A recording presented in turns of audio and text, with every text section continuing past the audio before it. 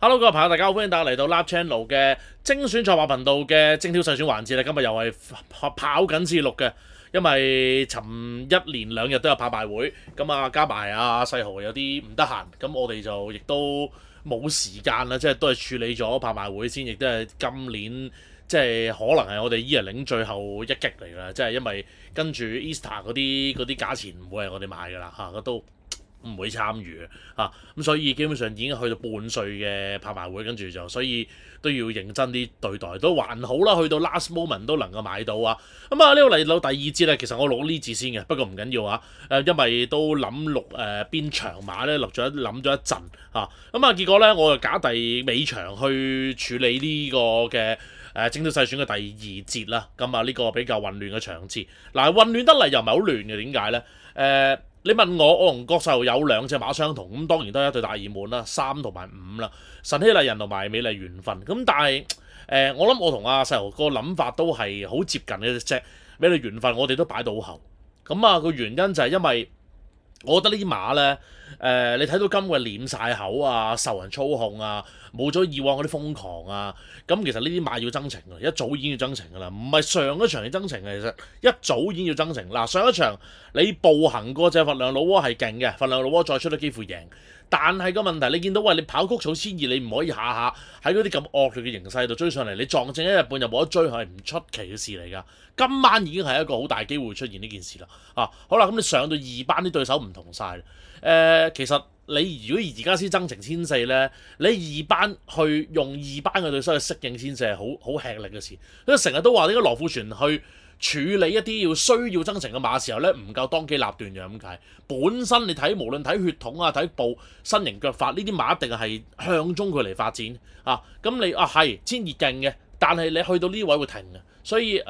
我自己都係擺4選啊，咁但係既然我同細豪都有咧，就都會擺喺頭4個選擇入邊嘅，但係絕對唔會係搏 win 嘅選擇啦。咁啊，如果你問我自己首選都係晨曦麗人啦。咁你計翻季內賽績啊，或者喺呢個路程嘅能力啊、今場嘅跑法啊等等，所有嘢都好啦，又唔使咩頂磅一檔。咁諗唔到一個原因係呢隻馬唔行頭嘅咁啊上一場其實甚至咁樣講啦，無端端跌到20-30磅都能夠輕勝嘅，咁今場個磅位回復翻去正常嚟講更加令人安心添同場一啲對手可以咁講啦，7號打後嗰啲都係一啲二班贏唔到馬嘅馬嚟嘅，比較難贏啦，唔好話贏唔到所以其實你話可能對手都有啲細 number。但係如果你話3同埋5去諗，大家爭3磅一定係以3行先㗎啦穩定性高好多。咁3-5當執咗先啦。但係如果你話中間嗰兩隻咧，我同細豪一人揸一隻啦。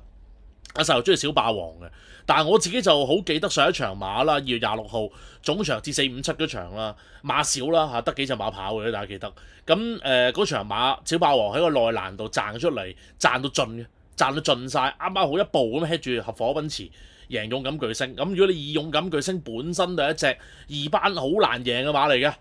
即係都係一隻3班勉強能夠取勝嘅馬嚟嘅啫。咁其實放翻喺呢組度係容易孭個頂磅係好蝕張對比上次嚟講孭重咗16磅，係我自己就即係邊線嘅啫。你問我有冇，我都係4-5選啦。我寧願有啲輕磅買6磅